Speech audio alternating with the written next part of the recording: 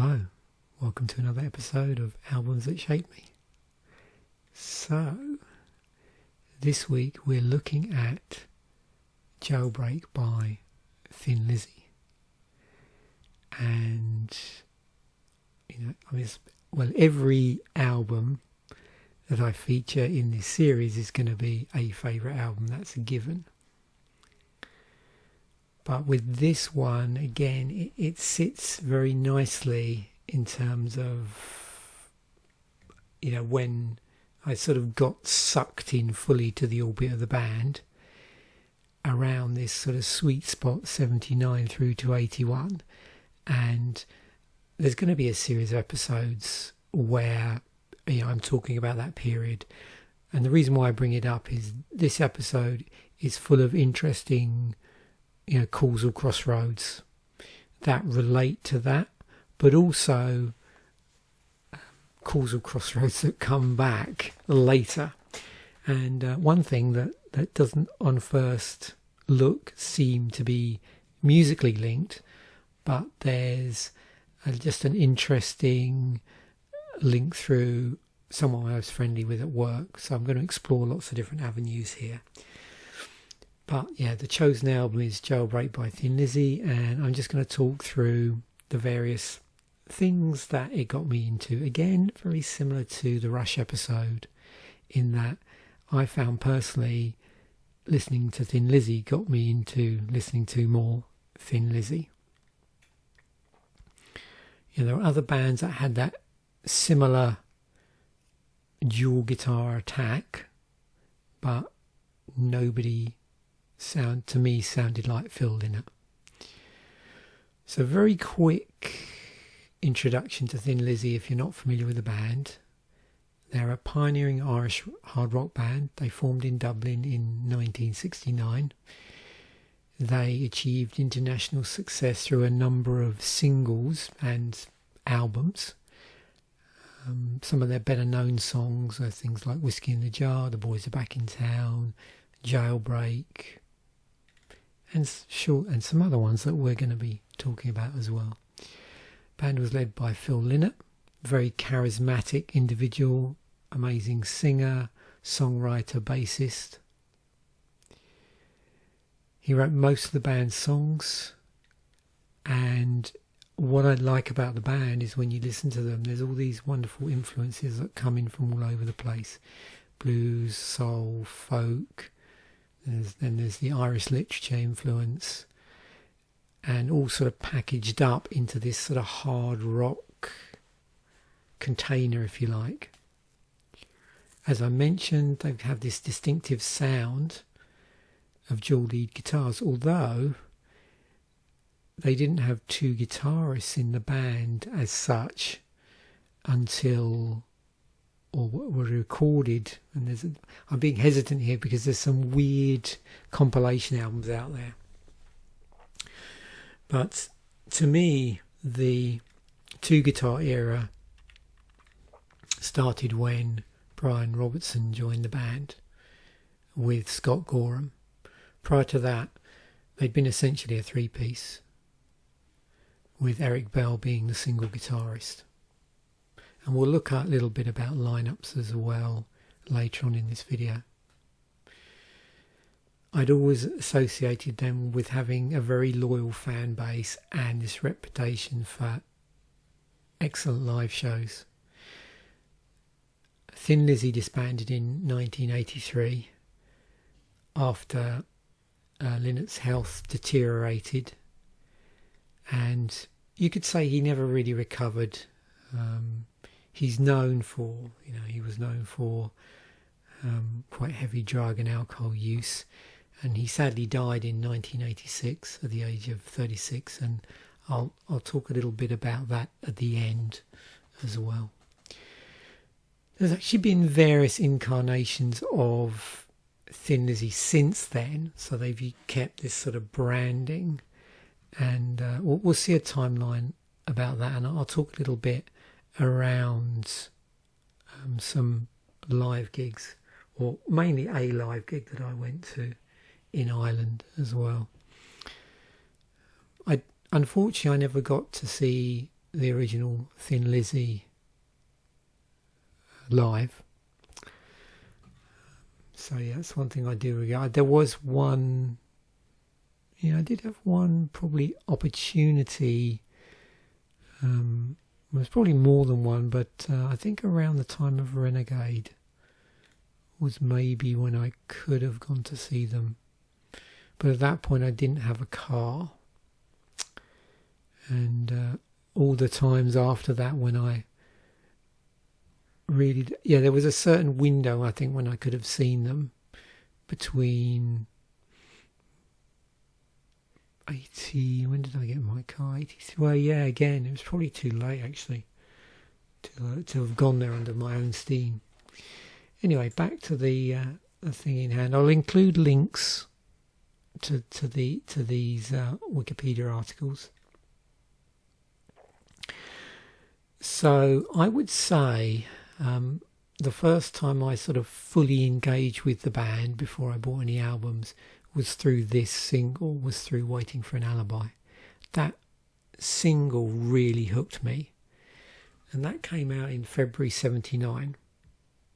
So if you've seen my previous episodes, I mentioned a turning point for me in terms of getting into slightly heavier music was in November 79 when I listened to the Friday Rock Show. And this all connects in a moment, as you'll see. But this was not the first single I heard by the band, but the first single where I really just couldn't get enough of it. And I thought it'd be interesting. I don't always do this in these episodes, but this was the week on the UK charts, on the singles charts, the 18th of March 79 to the 24th of March 79. When it got to its highest chart position, there it is, number 9. And what's interesting is when I look at other stuff that was out, on the charts that week. So Oliver's Army, Elvis Costello, Lucky Number by Nina Lovitch, something else, Friggin' the Riggin' by the Sex Pistols. So that was a single that was done after the band split, I believe. What else have we got? Can You Feel the Force, Tragedy by the Bee Gees, I Want Your Love by Chic. Where are we? Oh, Into the Valley by Skids. Yeah, end up doing an episode on the Skids, certainly. Whereas, Don't Stop Me Now by Queen, of course. I have that. Do I have that single? No, I think I have Crazy Little Thing Called Love, actually, as a single. But of course I have the album with that on, or at some point I owned the album with that on. Hold the Line by Toto. And I can remember there was a particularly awesome, when they did the chart rundown on a Sunday night, and I'd listened to it with my dad and the rest of my family, actually.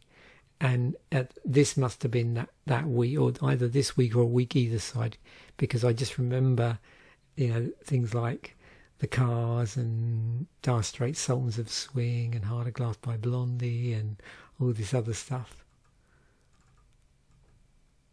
Call for Cats by Squeeze had just come into the charts. Sound of the Suburbs by the Members. Yeah, this is just an awesome. Overkill by Motorhead. Yeah, I don't know if I specifically remember that at the time. And there's definitely going to be an episode on Motorhead, because I did end up buying that album, although a lot later. But again, probably around about the same sort of time frame in terms of in that 79, 81 sweet spot that a number of these episodes are going to, revolve around and move out from. So, yeah, I wanted to bring this up as well because you can see, so this is the single here, and definitely I'd heard these singles on the charts, and yeah, I was interested in the band, but it was really this one that sucked me in. And I remember Boys Are Back in Town being played on the radio, and Don't Believe a Word as well. And I don't have distinct memories of these. I remember them a lot later. I do remember Whiskey in the Jar, though, being played on the radio.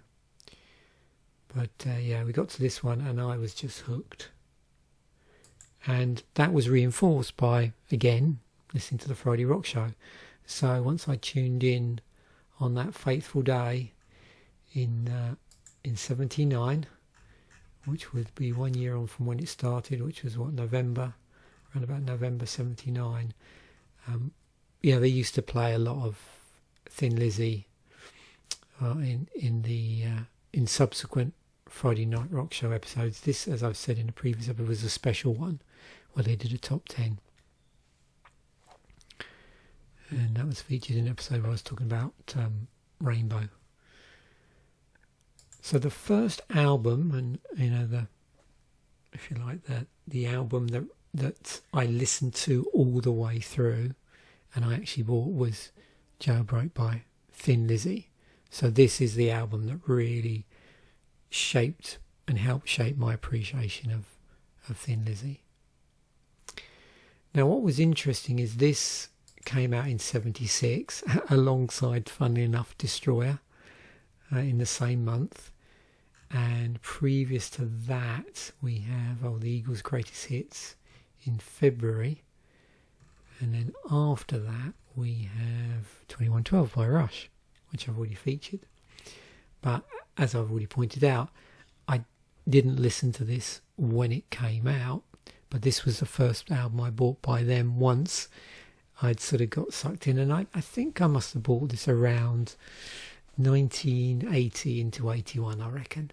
The first album I bought by them when it came out was Renegade. So by this time, Snowy White was on guitar. They'd had two lineup changes by the time this came out, actually. And we'll talk a little bit about the lineup in a moment of the band. Another interesting thing that just a lot of this was like just cemented my appreciation for the band. So I then started, infilling. But I think what also did it is around about, I would say, sometime between 81 and 83. It must have been, it's probably late 80 or 81, maybe 82. A family joined like a local video rental place in the village where I lived.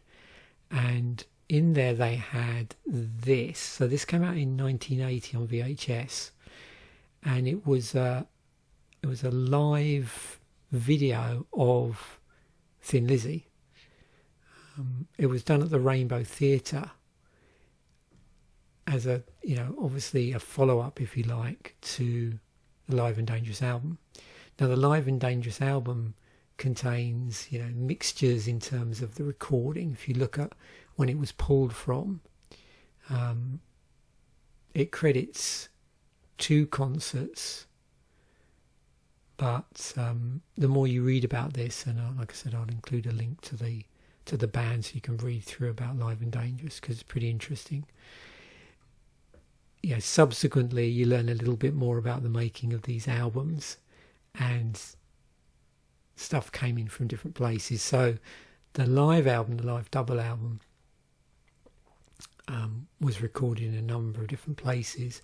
But then you have this follow-up VHS video in 1980, which has footage from March 1978 of a Rainbow Theatre gig.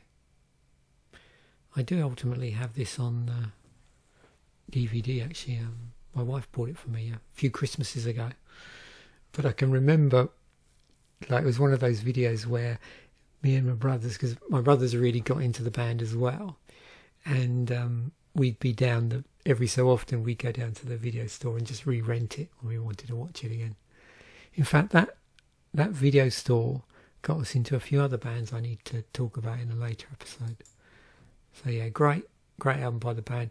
And I don't know if anybody's the same, but once you pick up the live album, so I didn't really pick up the live album itself until I saw this video sometime around, like I say, 81, 82. And then I finally went out and bought this.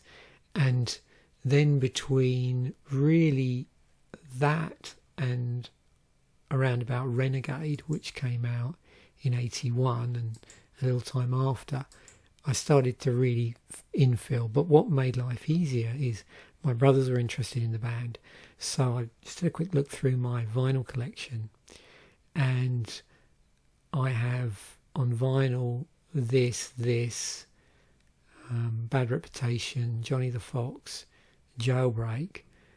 My brothers had these two albums between them, and I think at the time they may have also had a copy of one of these other ones as well,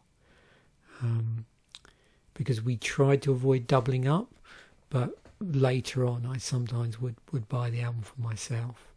And then ultimately the very last album I bought by the band was Thunder and Lightning. We never really touched any of the earlier albums. However, in the 2000s I actually went out and rebought all of these on CD because they were just super cheap on Amazon. So I actually have all of these albums and the live album, which as we mentioned came out in 78, all on CD.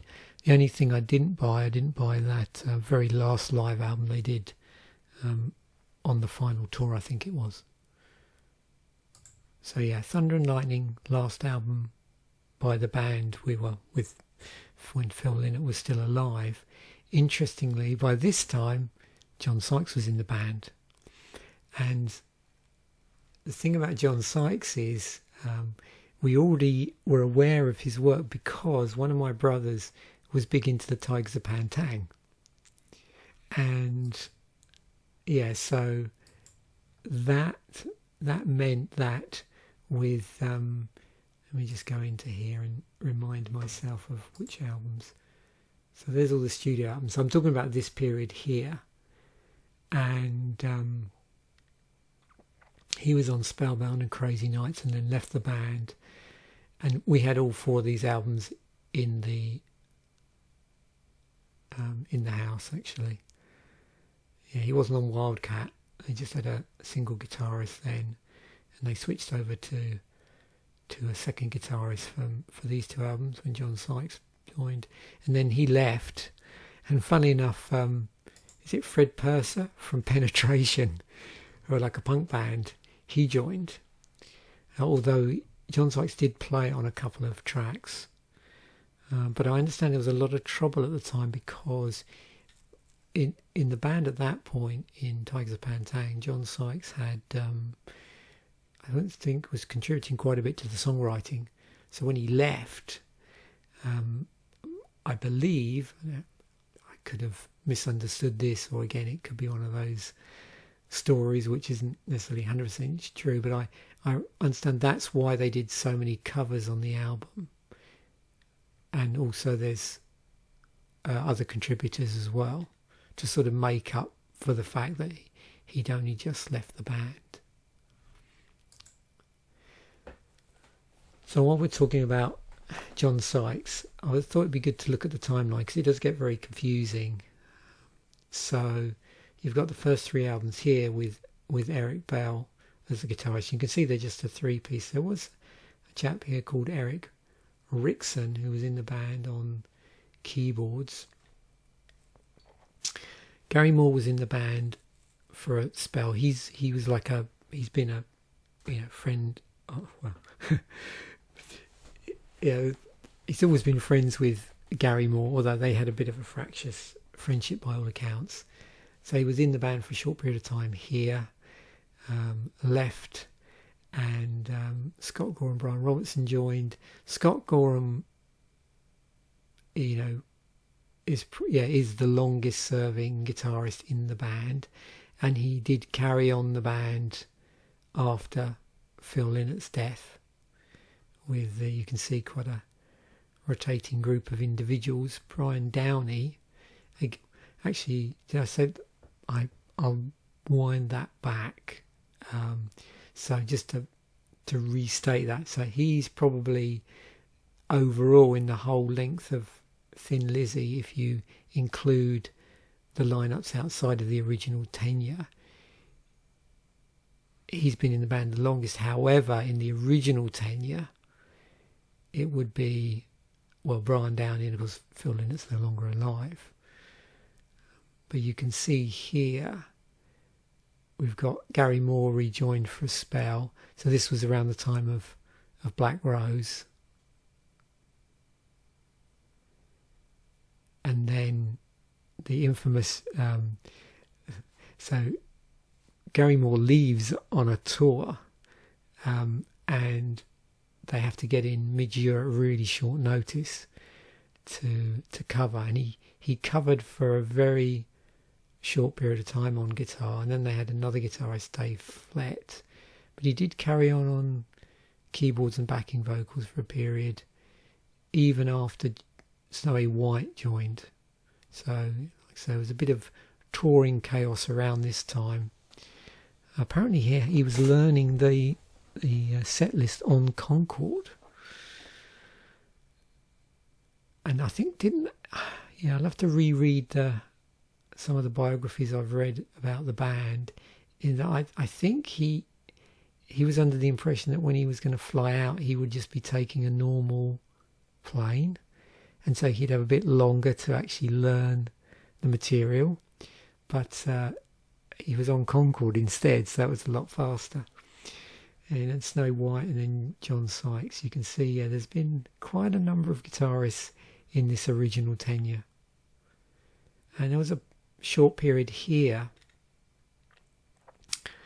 where they had Mark Niceoff on the band. I think you can actually see him. There's a live recording of this lineup playing, I think it's in Australia, at Sydney Opera House, like outside, I think, from what I remember. And clearly, I think, is Mark Niceoff on drums, actually. So, yeah. So, why do we jump from Thin Lizzy to The Cure? Well, here's the interesting connection. So, and I may have mentioned this before. So, when I started work in 81, there was another lab technician there who was big into Thin Lizzy. And often when he'd see me waiting for the bus, waiting to get to college in the evening after work, because we used to go to college in the evening, work used to sponsor us for college, he would pick me up, and I obviously found out pretty soon, because he'd be playing it in the car, that he was a big Thin Lizzy fan. But also he mentioned about The Cure, and I think I've mentioned this in passing in the previous episode. His name, actually, I don't normally like to say people's names in my videos, but this is an interesting one if you ever want to check it out. So his name was Alan Hill, and he gets name checked in a biography I've got on The Cure, when Robert Smith talks about a band he had when he was at school, and he said, there was a guy called Alan Hill on bass, or something along those lines. And so this person I worked with had a connection with The Cure. I think he actually knew the other band members a lot better than he knew Robert Smith. So through that, and I'd heard The Cure already, I end up sort of getting into them.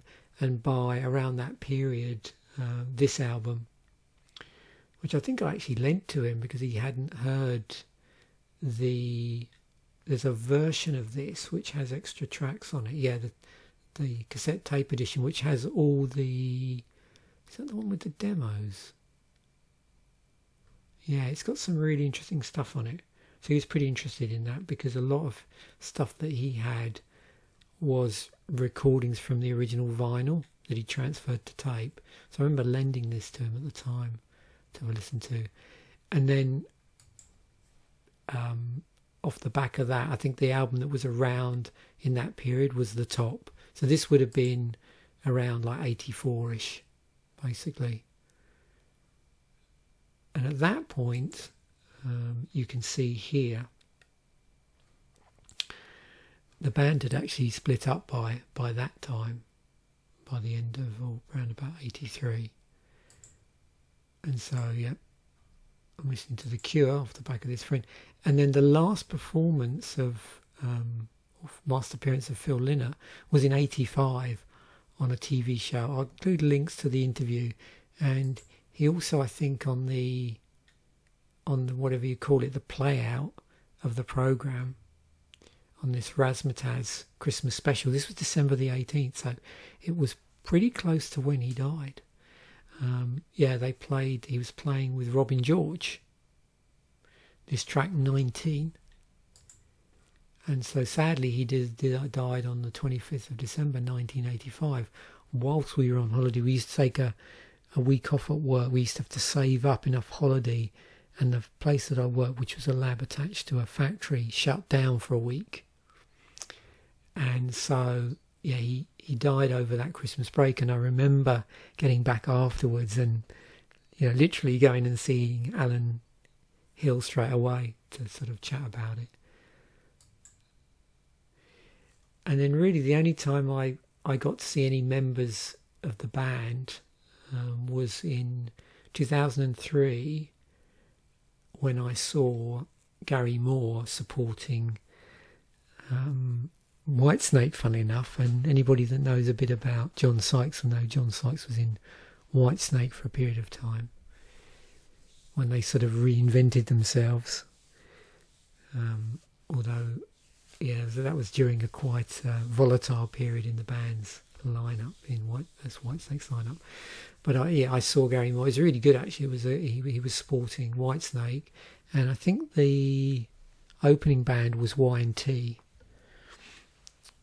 So it was a really good gig. And Whitesnake, David Coverdale had some brilliant guitarists backing him up.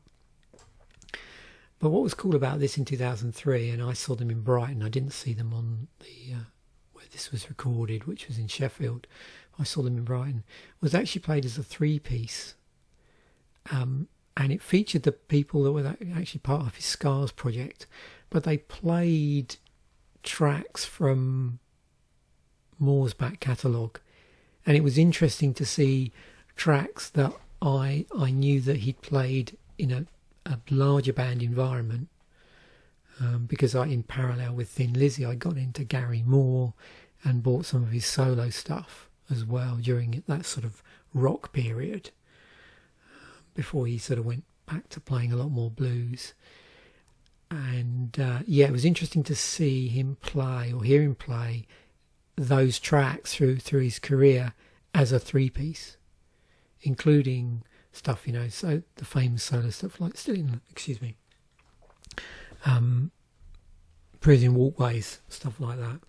So I'm just going to look down actually, because I'm assuming this hasn't changed. Shapes of Things, Wishing Well, Rectify, Out in the Fields, Don't Believe a Word. This was a interesting track because that was a single with Gary Moore and Phil Lynott, and I remember seeing a performance they did on it was a TV show called, was it ECT, I think, which in the UK there used to be a show on called The Tube, which I think I'm sure I've mentioned in other videos. And after that stopped, it was replaced by another show which was exclusively live acts, and they were all hard rock or heavy metal acts.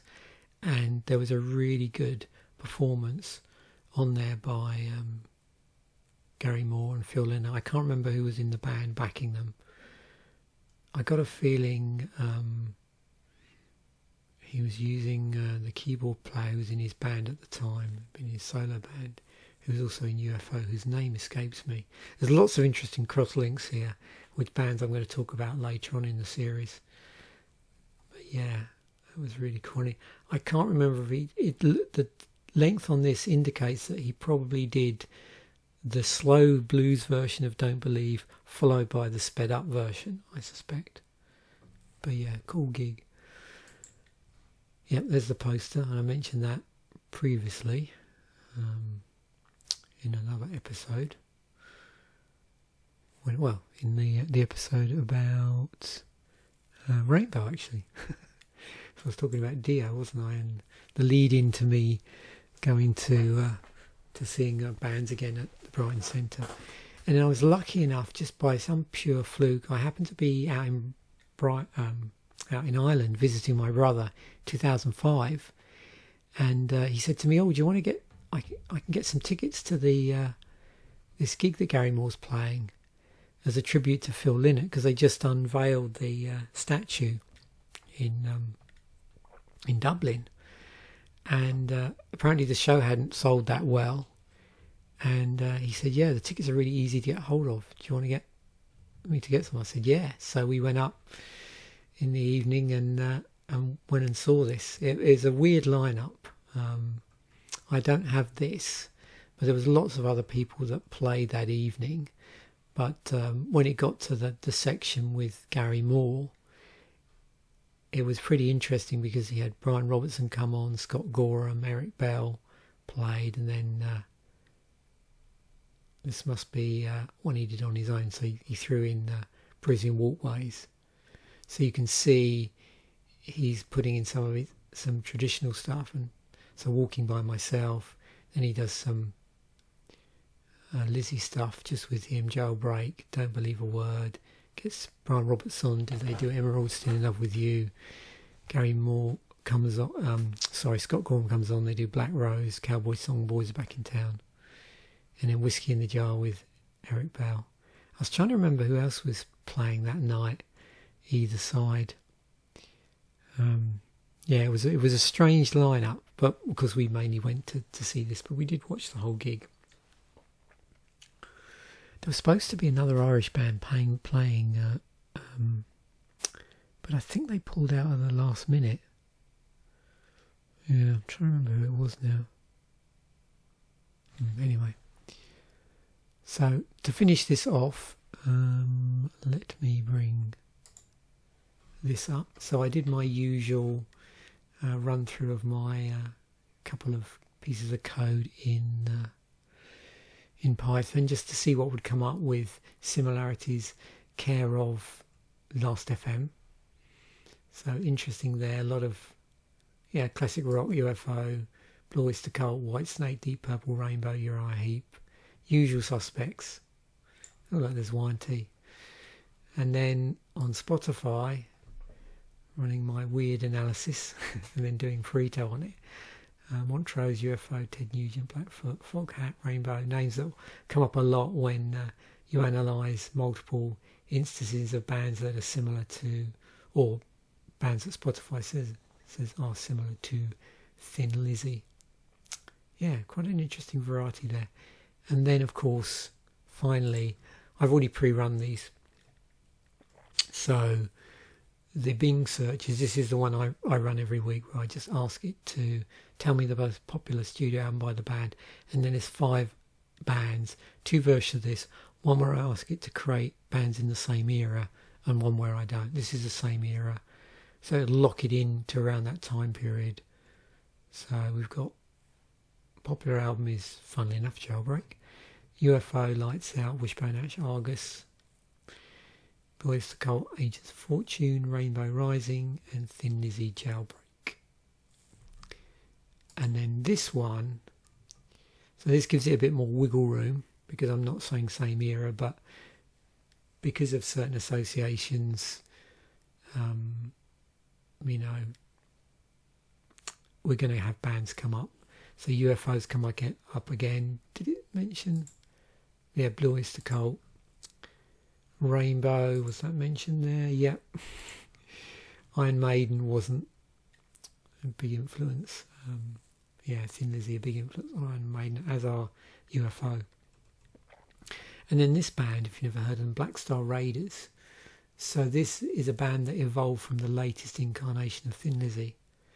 So they decided at some point not to carry on using, I don't think, Thin Lizzy as a name, even though they've been doing it for quite a while. And they've got Black Star Raiders. I'm not sure off the top of my head who is now still in that band, apart from Scott Gorham, as far as I know.